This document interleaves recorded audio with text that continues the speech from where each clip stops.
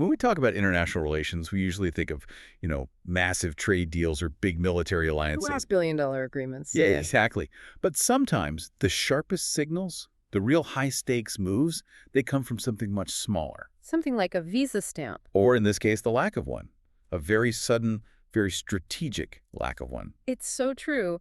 In this kind of context, a visa policy stops being just administrative paperwork. It becomes a tool, a sharp tool of diplomatic defiance. And today we're doing a deep dive into a situation in West Africa that just perfectly captures this. It's a powerful assertion of agency that signals a huge shift in the Sahel. Our source material today is mostly reporting on global affairs with a focus on the Africa region.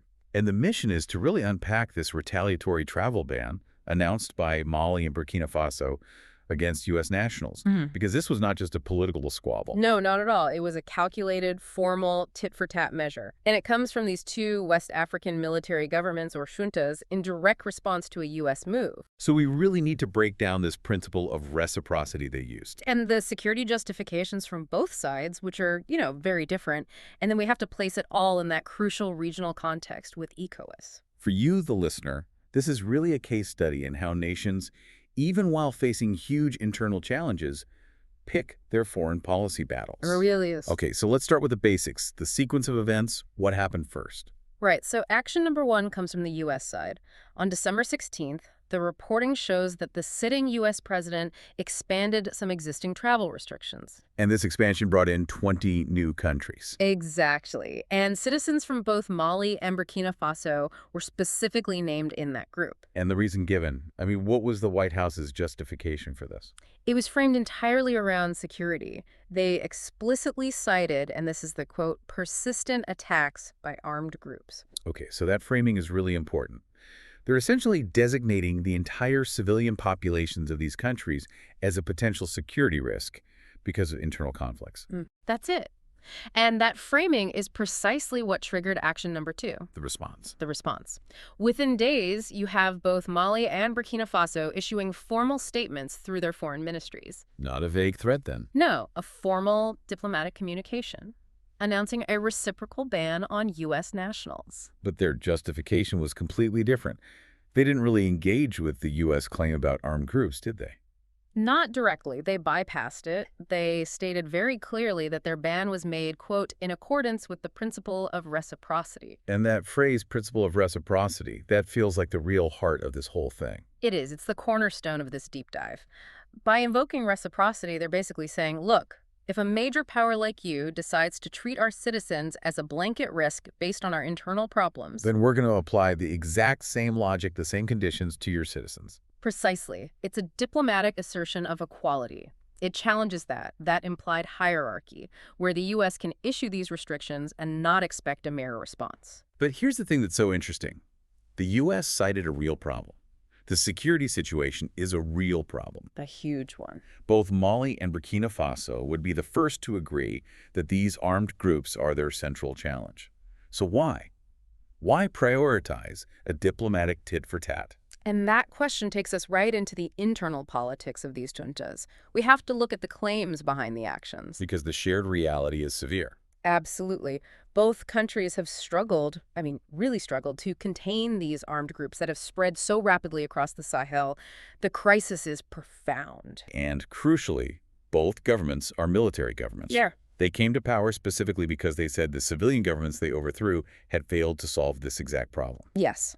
Their entire claim to legitimacy, their whole reason for being, is built on the promise of finally stabilizing the country and defeating these groups. So when the U.S. issues a ban, citing that very same insecurity, it puts the juntas in a very tricky position. They can't be seen by their own people or, by their regional rivals as just passively accepting it. It completely undermines their core message. So this reciprocal ban is less about any real fear of American travelers and more about the domestic political win of standing up to a superpower. I think that's the calculation, yes. You have to ask, who benefits? Well, the juntas benefit enormously. They demonstrate strong national agency. They get to show this public defiance of a powerful former partner. So they use reciprocity as a kind of political theater for their audience at home. It's a highly visible diplomatic tool. It signals to everyone that they are sovereign actors who don't just take orders from Washington or Paris. It's a huge boost to their narrative. And on the flip side, the U.S. administration also benefits. Of course.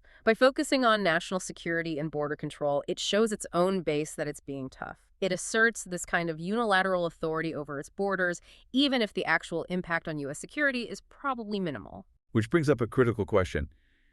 If the junta's whole mission is to defeat these armed groups, is this diplomatic fight a strategic necessity for them?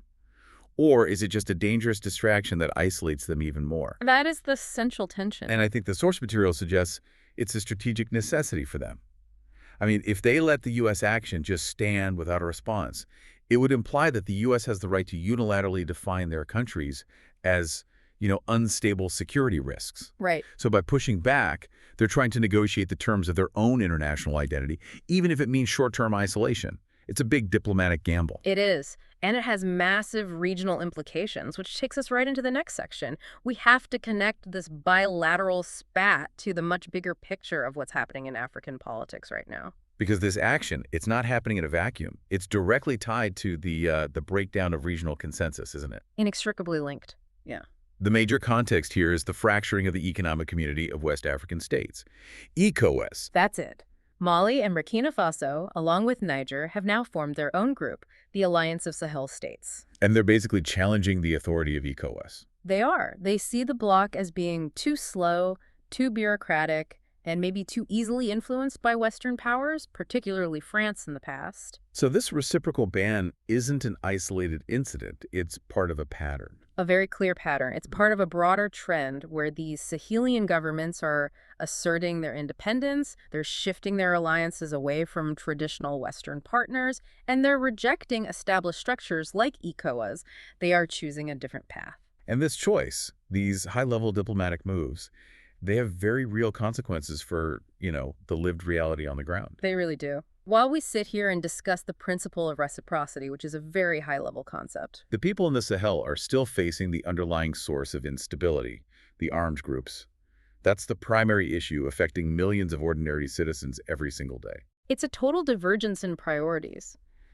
The governments are focused on diplomatic principle, on agency, which is politically vital for their survival. Right, but the average person is still dealing with the daily threat of insecurity that supposedly prompted the original U.S. ban in the first place.